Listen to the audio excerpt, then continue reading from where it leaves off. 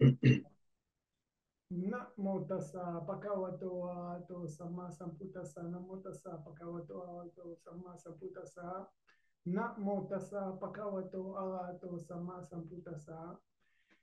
Good evening, everybody. Today we are coming to the next part of the Eightfold Path. This is the sixth part.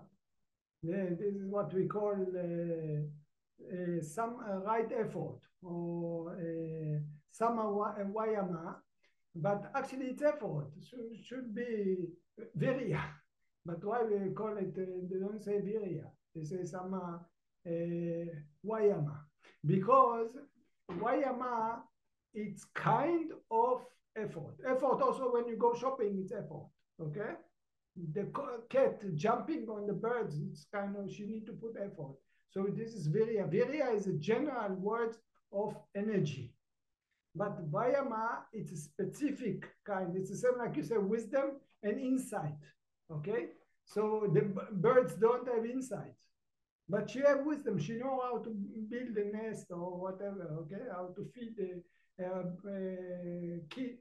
children or whatever. So the vayama, it's a specific words for effort, which mean effort with wisdom, effort to do good and not to do bad. So this is that's why when they use for the Eightfold Path, they don't say just write virya. They say sama. Sama, it's right. It's opposite for this. It's a micha. Okay, so we use the word micha. It's a wrong. So they say right or sama vayama. Okay, this is the reason. Till now, we talk already about the first two, which is the right wisdom or right view. Okay? And we talk about right thinking. These two parts of right thinking and right wisdom, they are actually a part of the panya, we call it, or wisdom of the development in the path. They are going together. But when we holding the right view and we holding the right thinking, then we can understand the difference between good and bad. And then appearing the other three, which is also combination. They are presenting the sila. The next three is combination of three, what they are: right speech, right actions, and right livelihood. So they are presenting the sila, or the virtue, or the behave. They are supporting each other, each group supporting the other group. So when we have sila, when we have precept, when we are keeping the virtue, so our mind is more quiet, more peaceful. Okay, we don't restlessness. So he told me like this, I told them like this, so I can concentrate, develop concentration. And this is now we are starting the third group, which is called right concentration, which this is also a combination of three things: right effort, right mindfulness, and right concentration. So today we will talk about the right effort, the first part. And like I said, they are connecting to each other, because the concentration is helping us to build the wisdom. And again, the wisdom gives us the opportunity to understand the difference between good and bad, and to produce the sila. And then the sila helping us to concentrate. And like this, it's going like a circle. If we talk about Sotapan, you go into this circle, you cannot get out. So it's just growing up. If in the samsara you are running all the time around, so actually when you enter into the path of the vipassana, or because Eightfold Path, actually this is the name of the vipassana. Yeah? So when you go into it, it's like a circle that is just growing up all the time till enlightened. Because the reason of the vipassana or the Eightfold Path, it's not just to be happy in this life, that I have good time, I don't know, maybe a good relationship or good work, or I can enjoy the next life, I will be an angel, okay? But this is not the aim of the Vipassana. The Eightfold Path. The Eightfold Path, the Buddha find it to overcome the suffering, to understand anicca, dukkha, anatta, to get into insight, to clean the attachment, and to get what we call nirvana, nirodha, or to clean, to make nir, or turn off of the attachment. So actually, this is the reason. So if we talk about effort, like I said, effort, you can use effort in your life for many things. But we are using the effort for overcome suffering. And what is the meaning of this right effort? So many times I give this simile. This is easy to understand. So maybe, I don't know, someone want to help me. Maybe Judith, you like to help me? Or Martin, huh? We can make some kind of talk. You can make a loud, yeah. So Yes. you can make a conversation. Yeah. So suppose this is kind of simile that many times I use it. It's easy to understand, very simple and nice story also. Good evening, Dhammacari. Welcome. Thank you for the invitation. I appreciate it. So anyway, I start to ask Judith about, or didn't it, but just to present it in this way. I suppose, okay, I want to explain this for great effort, which is actually the idea in the Eightfold Path. It's not just to go shopping, so I need effort for this. It's how to stop doing bad and to cultivate good. So this is the idea, how to develop our mind into goodness. So suppose, and I give this is we call 4 great effort. And suppose I bought for myself a new house, okay? So I have garden there, but the owner that used to have this house before, he was very negligent. He don't care anything. He keep me the house very, very dirty. And now I'm coming to make for myself beautiful house, and I have a garden outside. So can you, Judith, maybe advise me, what should I do so I have a good garden, nice garden? Can you give me advice? What do you think I need to do? Yeah, you should go and put away all the garbage, all the things in the garden that you don't need. You have to clean it. Wonderful, good advice. So then I have beautiful garden? Or it's enough? Yes, but you have to take care also. After you cleaned it, you have to take care every day. So I have to maintain it. Very good, very good. So these 2 things, it's enough for me if I just take the rubbish out, and then every time I keep see that nobody or there is no dirty inside. It's enough for me.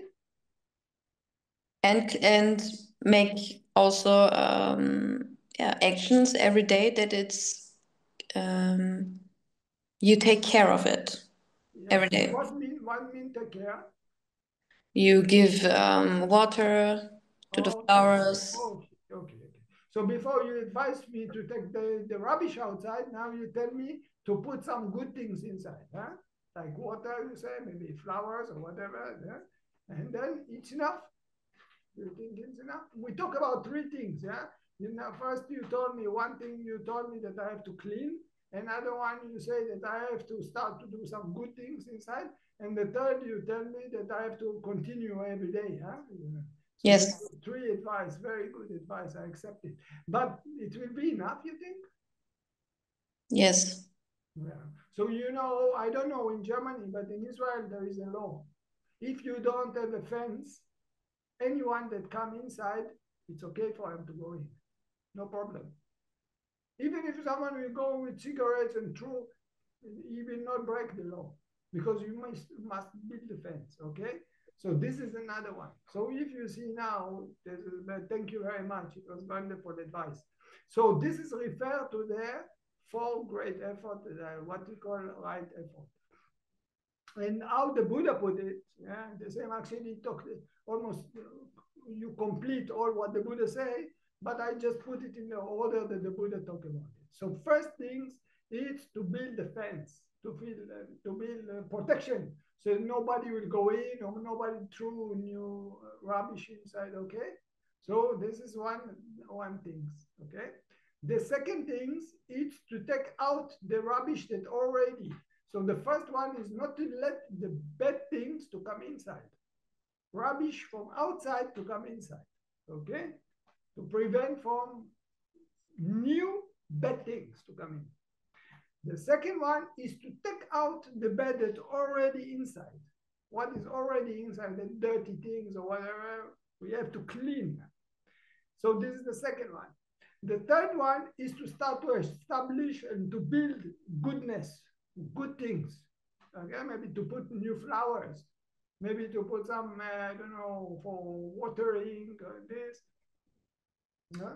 But it will not be enough, because if I make beautiful garden like this and I go to Thailand, or I neglect the garden, all the flowers and everything will go down. So I have to maintain the goodness. Okay? So this is in the same way, this is the 4 great effort that we have to put in our mind. Our mind is like a garden. Okay? So we have to act accordingly if we want to be happy. Okay, so first things, it's what we call protect your sense doors, to protect ourselves from bad things to come in. Okay, so that's why when we are practicing, you are walking meditation or sitting and suddenly you hear something or you smell something or you test. You have 6 sense doors: hearing, seeing, smelling, tasting, feeling, and also thinking. Okay, feeling, I talk about touch, not feeling happy, disliking it. I'm talking about feeling soft, cold, or hot. So when we acknowledging something like that, Tanat used to give example like a first candle. Okay, actually the Buddha also give example for the candles. He talked about it in the 3rd sutta. The Buddha called about fire ceremony. He said the sense doors is on fire. And Tanat used to all the time to explain to us, first candle coming up, you're hearing something. You don't acknowledge, you don't turn it off. Immediately, maybe feeling coming. You don't acknowledge, you don't turn off, another maybe judging, okay, or memory. And then anger, big fire is there. So it means that when we acknowledging, we turning off the first candle. It's something like, we call it protect the sense doors. Everything coming, just one thinking coming in your mind, you follow it, you don't acknowledge, immediately it's create big story on you. Then it became what we call in Pali papanja. Papanja, it's the thinking which is running one after the others, and they all the time must be bad. It's in the greed, anger, delusion. This is papanja. Like, he will tell me, I tell him. So the mind running become big story, and then we go into stress or fighting with friends, which we even didn't meet them yet. Or the boss that I didn't even apply for the work, already don't want to accept me. But actually, even I didn't ask them, send for to apply for the work. Okay, so our mind is running like this. So the first actions we have to do is to protect our sense doors. There is another way also. People, they used to look television all the time, or maybe news all the time. Oh, whoa, problem in this country, problem in that country. Or maybe they see movie, very, I don't know. So all these things increasing in us the greed, anger, delusion. So when we follow all this information, which is unnecessary, many of these, if even news, it's fake news, but we create this as a things that we are living under. Okay, so it's influence on us. We cannot sleep. We worry what will be, and it's become big fire. So normally we have to learn to protect ourselves and to prevent for ourselves to follow all these. Actually, sometimes it's come from maybe bored, maybe greed or whatever. So then it's increasing more and more the influences. So this is another way to look about the first great effort from the 4 which is protecting the sense doors. Okay, so very, very important. That's why actually we are training ourselves, seeing, hearing, thinking, to catch the first thing. So in the future, maybe you drive and someone maybe owning beep, beep, beep, and then you just make it up, hearing, come back, you're driving. So you don't get influenced by this. So this is you see, I compared it before to the garden that we're protecting. We make a fence so we don't let outside dirty or new dirty to come in. The second one is cleaning the dirty that already inside. Okay, so what is the dirty inside us? It's the kilesa, it's the hindrances. Hindrances, you have the investigation of the hindrances in many ways. For example, you have the 5 hindrances: anger, worry, doubt, lazy, craving. So when we're acknowledging, we're learning to overcome it, okay? We learn to cut it. And then we have inside very, very deep one, which is called anosaya. Anosaya, it's latent tendency. It's kind of hindrances that you are, actually you bring it with you from the past life. This is something like you bring it from your, if we compare, you come to the next life with a suitcase. So in this suitcase, you carry 4 things: good karma, good actions you have done in the past, bad actions you have done in the past, paramita, which is the good things inside you, and the anosaya. Anosaya, it's the hindrances, which, like I said, you carry in the past life. And then this is so deep that even if you send metta, you take precept or whatever, you chant, it's not really reduce them. It's not stop them. They are still laid down and they can jump like a snake anytime. But only vipassana is the only way to cut it. And this is actually when you are in the sotapan cutting part, sakadagami cutting part, anagami cutting part, and arahant cutting all of them. So this is coming. This is something like when we acknowledging.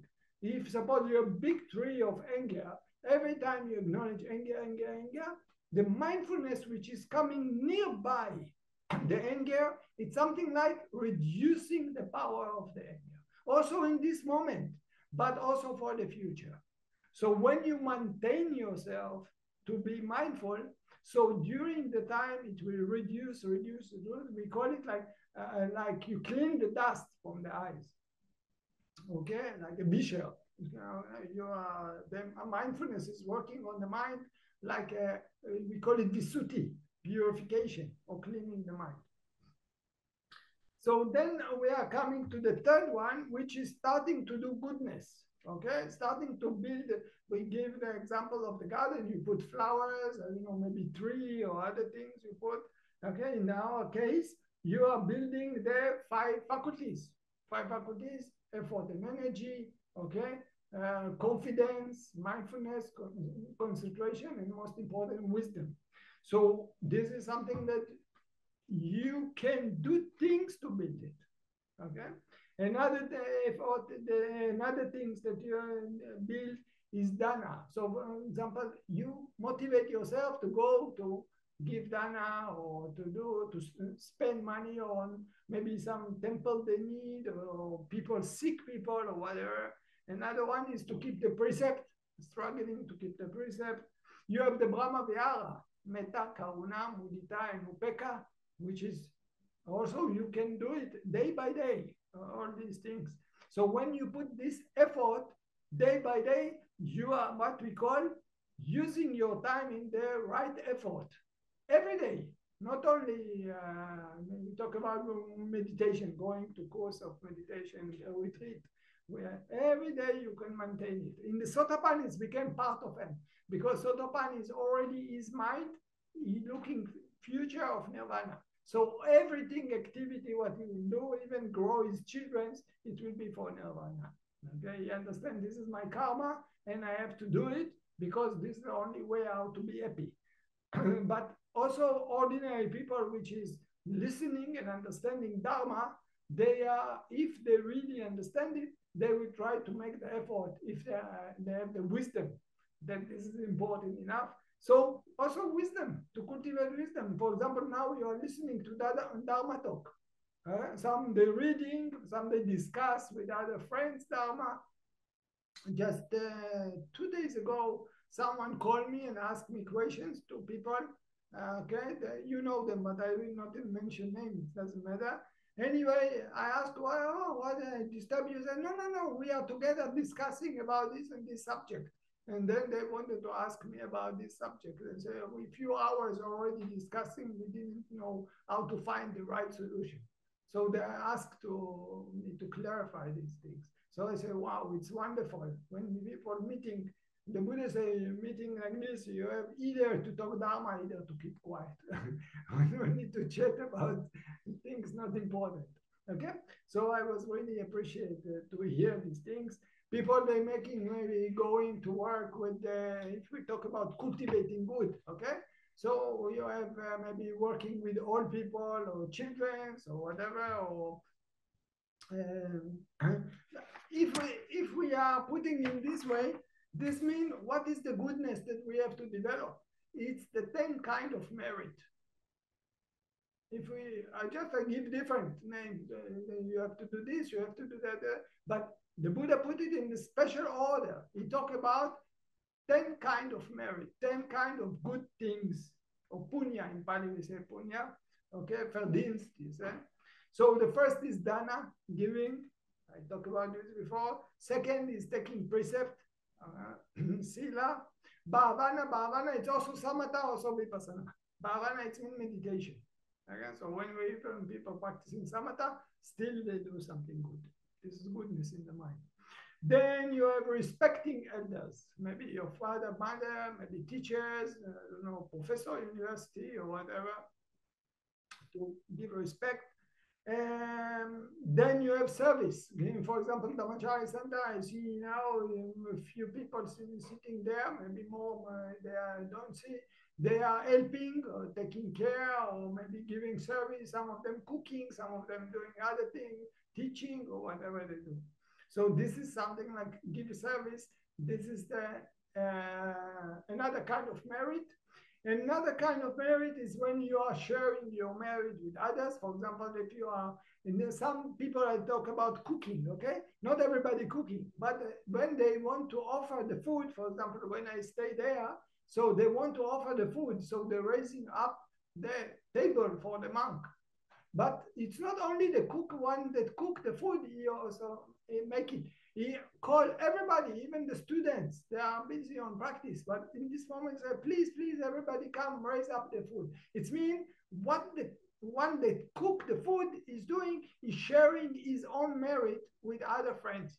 But this is one kind of merit. The second kind of merit is that the people which come to share the merit with the one that cook, they're also making merit. It means this is called mudita. I'm happy about it. For example, when we are in the temple, Thai temple, so someone making merit, maybe you give dana to the monk, okay? So all the people, sadhu, it means that also the one that give the dana, he don't make it privately, he don't by secret, not only for himself, he share with all the other Thai people that stay there. But all the Thai people, they are not saying, this is your dana, we don't care. They're also happy for him. Oh, you are doing wonderful things. So both sides is doing merit. And this is another 2 kinds of merit that we have. The next one, we come to the 8th kind of merit. It's when you are listening to Dharma, like I told you just now. You are listening to Dharma, this is merit. I'm teaching Dharma, I'm also making merit. Okay, so it's double size. This is the next one, the 9th. And we all trying to hold the right view about karma, about our own responsibility. We don't say it's depend on someone else or whatever. We are depend on ourselves. So this means we have to respect others. Yeah. So this means right view. So holding right view, it's also kind of merit. So this is what we say, to start to cultivate good. But it's not enough one time you give donation. It's not enough you come to retreat one time or you practice one time and finish. Okay? It's not enough that you keep the precept only today. You have to maintain it. If you want to build your mind, you want to create establishment in the mind of goodness, you have to continue to make it as a habit. Okay? Day by day, to cultivate all these kind of merit that I talk about. So then you build what we call the Sila and Bhavana and Panya. Okay? So this is actually the third one. And then we talk about the fourth one also, which is to continue.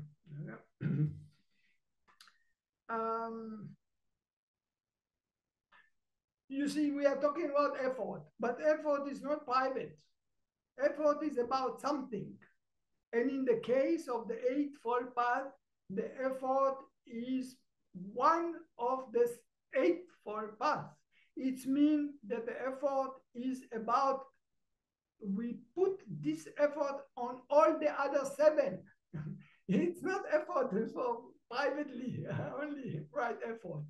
We use the right effort in each of the Eightfold Path or the other 7 from this. For example, if we start about right view, this is the first one. So what is right effort according to the right view? To make effort to stop bad views and to start to develop good view or good understanding. Okay, for example, people that listen to the Dhammatalk, people that are practicing, just give them a good view. Okay, people that are reading or whatever. So all these things, it's kind of, for example, what you're doing now, this is not only listening Dhammatalk, you put effort to listen to this. You open the Zoom and you do this. So this kind of effort, this is 4 great efforts that you are doing according to the wisdom in this case. Okay? So it's not just to be right effort. Right effort, in this case, it's affecting or function on the wisdom. Another, in the second one, it's right thought, right thinking. Okay? So what mean right effort in this case? It means to put effort, this 4 great effort, to stop thinking bad thoughts and to develop the good thoughts and to maintain the good thoughts. Not to let the bad thoughts to come, not to let the bad thoughts to continue, and to start to develop the good thoughts, and to, but it means also intention. So we are using thoughts, but this is intention. So in this case, the right effort will function on the right thoughts or right intention in the 4 great effort. Okay. For example, the Buddha give advice. There is a sutta called the destructions of to overcome the bad thoughts. Okay, it's called Vitaka Sandhana Sutta, and the Buddha give advice for 5 kind of advice how to overcome bad thoughts and to start to develop good thoughts. So the first thing, suppose any bad thinking coming on you. So the Buddha say, you build on your mind the good thinking. For example, if fear, worry, or anger, or jealousy coming to your mind, you should establish, for example, metta, okay? Or, so opposite. If you have greed, so you have to think, this is not so, for example, you see a man, a woman, so beautiful, and then you think, this is actually, they will die, they will be sick, or whatever. It means that in this case, the Buddha give example. Suppose the carpenter, some stick stuck on the wood. Now you want to take it out. So what he's doing, he's turning back to the other side. He take a little bit smaller stick and he hit to the other side. So he take out the stick that you don't want. So in the same things, when the bad thinking coming on you, you take the opposite thinking. And then by this you can overcome the bad thinking. Okay, for example, I give the example of when you have anger, you establish, you build loving kindness. Okay, send blessing to the other person. Why he hurt me or whatever, you don't like him, so you say, I wish for him to have the wisdom and not to hurt myself, not to hurt others. Okay, so this is the first advice about how to use the four great effort on the thoughts. But the Buddha continues, if you cannot overcome these bad thoughts by this technique, you can use another technique, which is to think what is negative, what bad things will come if I will continue like this. For example, if I continue with anger like this, maybe they will blame me, or they fire me from the work, or the whatever. Okay, it will make me heart attack. I don't know, whatever. So all the people they think about me, what happened, why I'm angry, or whatever. Okay, so you think about what bad things will be if you will continue with these bad thoughts. So when you, for example, greed, oh, I eat too much, I will be fat, or it's not good for my tooth, so, and the Buddha said that if you think about the negative things which come out of it, it will help you to overcome the bad thoughts, okay? So if this will not work, then you have to think about other things. For example, say, okay, I think about food or whatever, and then I will go out, I open the door, I will make geshpatsi, I make a walk, okay? Or maybe you think about some subject which is not good. I say, no, I would think about, I don't know, maybe travel, that I was traveling with my friend somewhere. So you force yourself to think about other things. Ignore something like you in the, I don't know, someone is troubling you, beating the hammer, trouble you. And then you say, okay, I will put my mind in another things, and then I concentrate on it. So I something like don't pay attention to the hammer. So this is the next advice, how to overcome bad thinking. I'm talking now about the four great efforts, how we use the effort to overcome the thinking. Okay.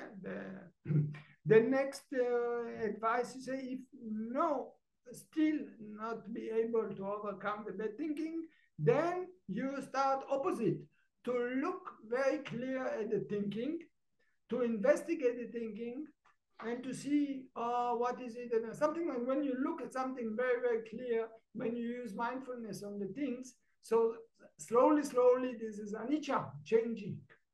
So not to try to escape from this, but to face with this face to face. And then it will help you to overcome. And then if this is not working, the Buddha said very funny things. He said that he used it also sometimes. Try to struggle, to use effort to push it down. Like you say, like a strong man push down the weak man, to put them on the floor. So the Buddha said, you take your time and you push it up. Something like bear it, even you have pain or whatever, just bear it, take it, okay, it will change. So this is the last offering that you put, okay, it's called Vitakka Santana Sutta, overcoming the distractions thoughts, something like this. This is the translation of this sutta. Okay, so now you see how the four great effort actually helping us to develop the right thinking. And then we have also right effort about the speech. Okay, we talk about right speech that day, and then for example, and also if you talk about this, we can make it combination, the right actions, which is bodily, no killing, no stealing, no committed adultery. So all these things, what we call precept, you consider when you are wanting to do something bad, maybe to speak bad, maybe to act bad. So you think, what is the conclusion? What will be with this when I will do the bad? And then you see that if you do these bad things, it will bring suffering to you and to others. or it will not be beneficial, then better you stop it. If you already doing something bad, speaking bad or acting bad, you think, this is not beneficial what I'm doing. So in this moment, try to avoid, to stop it, to drop it down. Okay? And then if you have done something and after you finish it, you think, wow, this is not beneficial what I've done. It's something which is hurting me, hurting others. Try next time not to do it, okay? And if you do something bad, enjoy something good, enjoy it. And if it's happened to you to do it again, do it again. So in this way, you see how the four great effort influencing and helping us to develop the right speech and right actions. Okay, so now we are coming to the next part, how the effort is influenced on the right part. The next one, it's the right livelihood. So what people doing sometimes when this has happened many times to people when they practice Vipassana, suddenly they are changing their work. Okay, this is mean right livelihood. What they are doing. I saw few people, they go start to work with the hospice. Some people, they change, they go to work with the, I don't know, in the hospital, or maybe they go to work with children, or maybe there's something changing their life. They decide, I wonder, many times people are using even the work, and then you see, for example, they're going to work in Dhammacari, suddenly in the monastery, they get close to the monastery, they change even the place where they are living. Okay, so this is, you see how the people, they're using effort to make a great change in their life when they are starting to go in the Dharma. Okay, in the work or where they are living or whatever. And this is mean right effort. How the right effort influence on the right livelihood, which is the next one. And then we are continue right effort. It's right effort, okay? So we are continue to the next one. It will be the right sati, mindfulness, okay? So many times, even in the temple, I remember you walk on the street, maybe on the path, on the temple, suddenly you see, be mindful, watch your step. In what Buddha achtsam putzen, okay? Or maybe you have to, they remind you to be mindful, whatever. Some people, they put the bracelet, okay, or any things like this, or some they're using the timer, beep, beep, beep, beep, every 10 minutes. So it's remind you to be mindful. You make effort not to forget to acknowledge, because we have the intent to forget. Our mind is not developed so much. So we do some effort, so we know, I must try how much I can, 24 hours to be mindful. So some people, they, like I say, using the watch and this. Before I took my watch, I put it in the other end. So normally we look at the time and say, why the watch is in the wrong end? Because I have to be mindful. So many tricks like this you have. Like I said, some people, I remember in the temple also, one man, he put all the room was full of stickers about this. You have to do this. So it's to remind you, outside memory, okay, how to be mindful. So this is how the four great effort is affecting on your right effort. Right mindfulness. And then we, of course, we are coming to the last part, which is the right concentration. Right concentration, I will explain it. Not next time. Next time it will be a right mindfulness, but the time after it. So then I will explain what is the meaning of right mindfulness exactly. So we put the right concentration. So then I will explain more deep what the meaning of right concentration.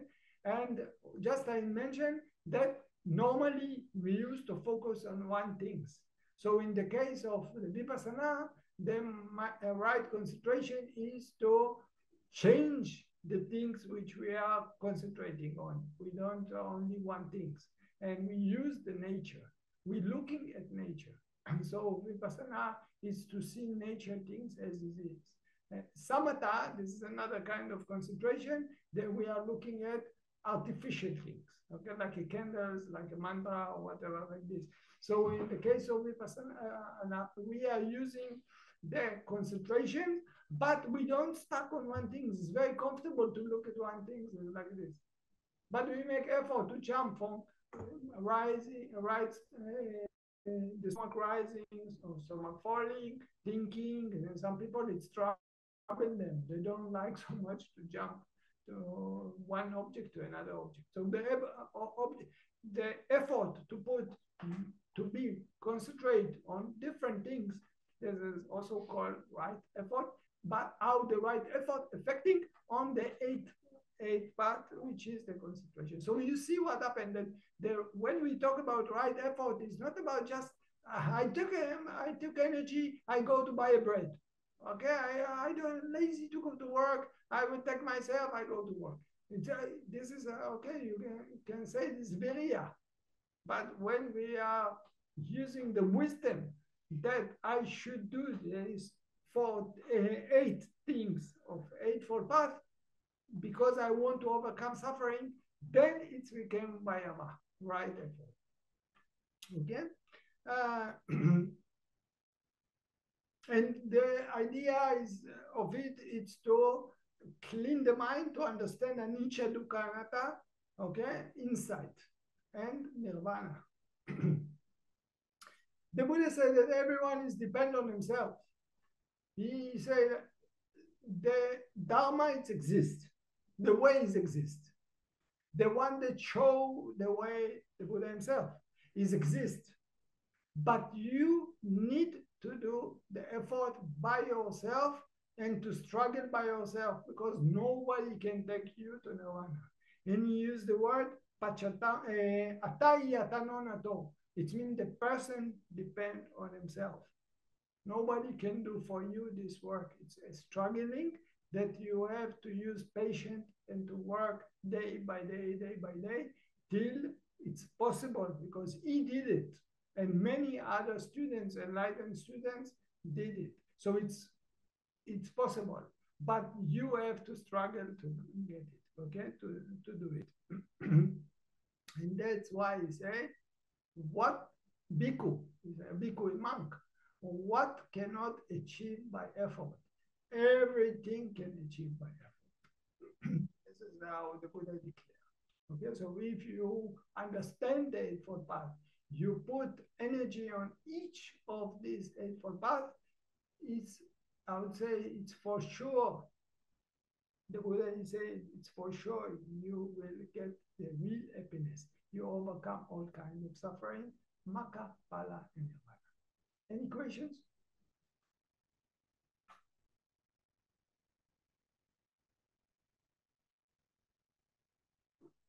Hello, can you hear me? Yeah, please. Yeah, sorry, my camera is not working, so I am audio. I'm audio. It was very interesting to hear your thoughts about and Buddha's thinking about the effort in terms of thinking. And I would like to understand a bit more, because so far I have been struggling with my thoughts, and the only way to go through was noting down, noting, what is happening. But you are also saying that there is also a way of counteracting, like with the opposite thought. And is this a strategy that is really something that I should implement? I'm just thinking, because I'm running very often into a self-destructive mode, right? And then it feels really bad and I get deeper and deeper. And sometimes I think, where's the way how to get out, So this opposite thinking seems like something I could use, or can you explain a bit more how to implement this? You see, the Buddha called to his way middle way. Mm-hmm. The middle way, he called it because they used to struggle in the past. They used to, how to say, to sit cross legs and to walk on the fire or whatever. And he saw that this extreme is not good. So, for example, if you are sitting meditation and you're acknowledging, you practice vipassana, you acknowledge arising, falling, sitting, whatever, thinking, suddenly you have pain in your leg. So you acknowledge pain, okay? And disliking. Maybe anger, frustration, sweating, and anxiety. You became like a balloon, you're going to blow up. So this is not middle way. You cannot practice like this. It's too much effort. You need to be middle way. So you have to acknowledge and to stretch your legs, intending to move. Moving. You don't be Buddha in one day. Don't worry. This sitting will not take you to nirvana if you are too much pushing your string of the guitar. You have to understand that sometimes you have to acknowledge and to stretch your legs. So sometimes you have anger about someone which has hurt you. And it's not easy. Just thinking, and then already loving kindness, and I'm already hugging him, and I marry this man. It's not working like this. So sometimes you need to use like a middle way of contra. So it will help you. But of course, in the top of everything will be mindfulness. Also, when you send loving kindness to this person, you have to acknowledge. Okay? That's why we're actually sending metta at the end of the, okay? When you think about negative, it's help, but it's not the practice by itself. The practice by itself, it's a mindfulness. So also if you have back pain, you can acknowledge and bending, okay, whatever, what to do. You cannot sit like this. It's too much. So you bend, and then you see, I give you this example of the movement of the body to show you that sometimes you need to release down. And then, for example, the Buddha himself, he said that he was sitting, and then he was like this. It's funny actually to think like this, but he said, I did it. So it's helped me to build patience, to bear the difficult. Okay? So sometimes you need to use other things, which is, okay, we don't use it. The Buddha said we eat only one time a day. But in the evening, we give you chocolate. We give you something. You cannot, you are not Buddha in one day.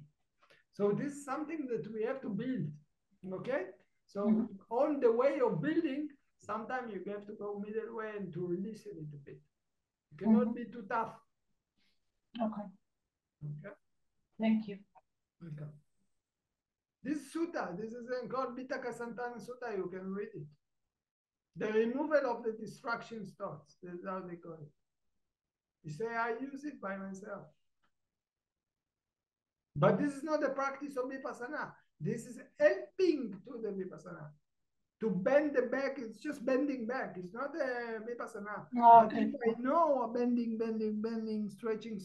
So it's helped me to go the way in the easy way and not to be too ambitious. Okay? Understood. Yeah. Thank you. Welcome.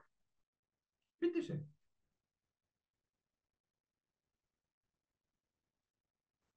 Even people, they fall asleep in the meditation sometimes. They even determination, they fall asleep. They say, I sleep 4 hours. We don't push them. We don't say, you practice no good, make like this, What to do? Even advanced students sometimes, I see, they fall asleep in the determination. They cannot take it. So we say, never mind. Next time, we are building. It does not mean you have to punish yourself. Why you sleep? I have one question. Please, Jude. What is your best advice regarding making the right effort? Sometimes there are huge identifications, I don't know, with the ego or illusion, thoughts who distract me, whatever. But when I'm deep into this, then sometimes I think, yeah, this is the right effort, but actually it just gives more effort to the ego identification or whatever. How can I overcome this or see the difference? Sometimes I think it's the right effort, but it just makes a more huge ego or something like that. You have to understand that we are talking like this, like I give the, how to say, the advice to someone. But we have to understand this is anatta, non-self. It's a process. You are what you are now. Tomorrow you will be different. Tomorrow you will be different. It means that you don't have to take it in one day like this. This moment I feel like this moment I feel like this. It's changing. When we talk about the development, it's a process of time. Because why? Because it's non-self. Because it's non-self. Actually, everything starting from the sila. When you're giving something, when you try to keep the precept, for example, you take the precept in this, and view it's wrong because we are thinking self.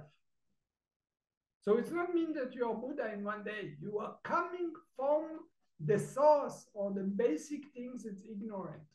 Otherwise, we will not be human being. We will not be in the samsara. So it means that we are in the samsara because we are in the situation what you are describing. We are on the wrong thinking. We are on the wrong way. We are on the wrong understanding. We are in the ego. Only when you will be enlightened, then you will stop thinking I am. Only enlightened person is thinking, is not thinking anymore I am. Even anagami, which is the third step, it means you cannot expect from yourself not to think ego. But I'm talking about the Eightfold Path as a path, not as an end. If it was an end, you don't need the Eightfold Path. The Buddha gives example of the Eightfold Path as a boat.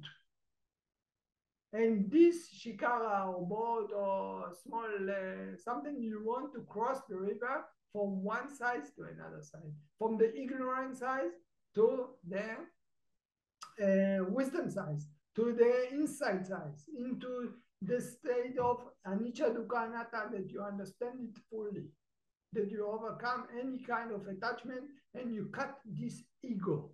So you want to cut the ego, you are using both. You are in the size of the ignorant. But you understand, oh, there is directions. Okay? Someone points the direction, how to go. So you sit on the boat and you start to go sailing slowly, and crossing slowly. So as long as you are in the river, you are still thinking I am. You are still thinking ego. You are still breaking precept, or maybe in certain time you will not break precept anymore.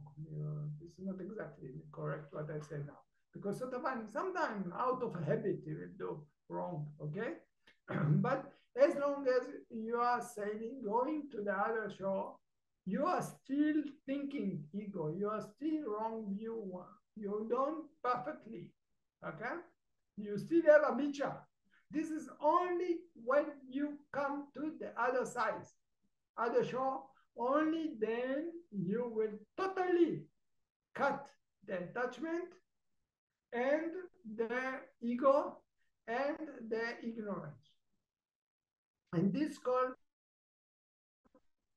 arahanta pala, arahanta maka, sorry, not pala, arahanta. It means that in this moment you clean your mind totally. And what happened in this moment? You come to the other side. Do you need to take with you the boat? You need to carry the boat now? No. So even you don't need to practice anymore.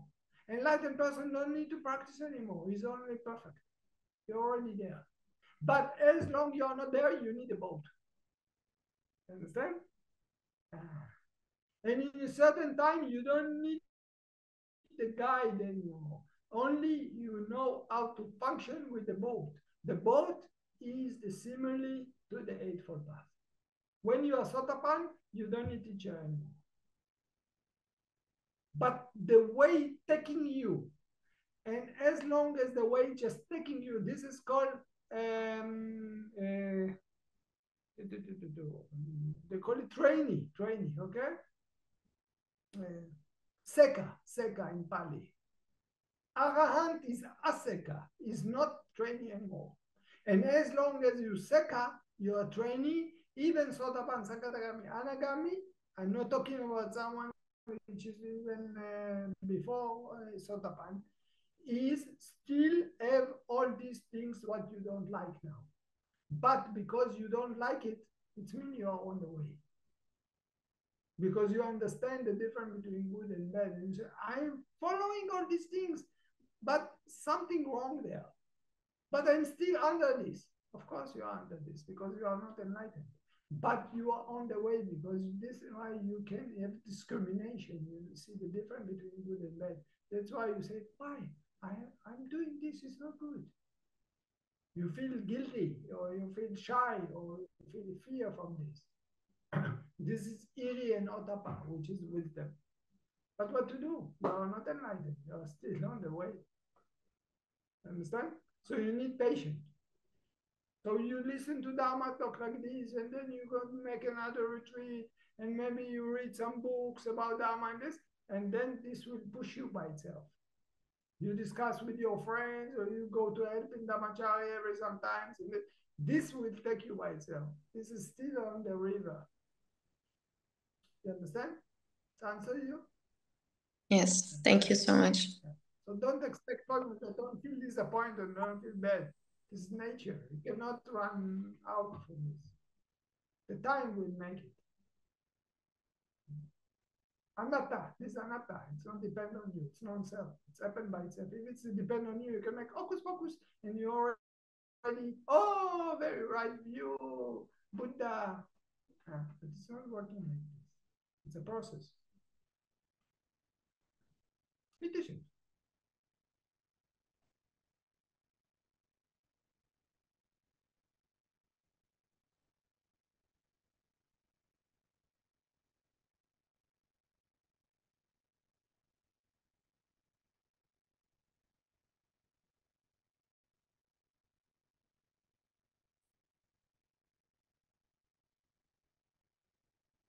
Good. So if no question, I wish for all of you to continue to walk the Eightfold Path, to use your effort to struggle all kind of suffering, okay? And to find the real happiness, Maka, Pala, and Nirvana as soon as. Thank you very much.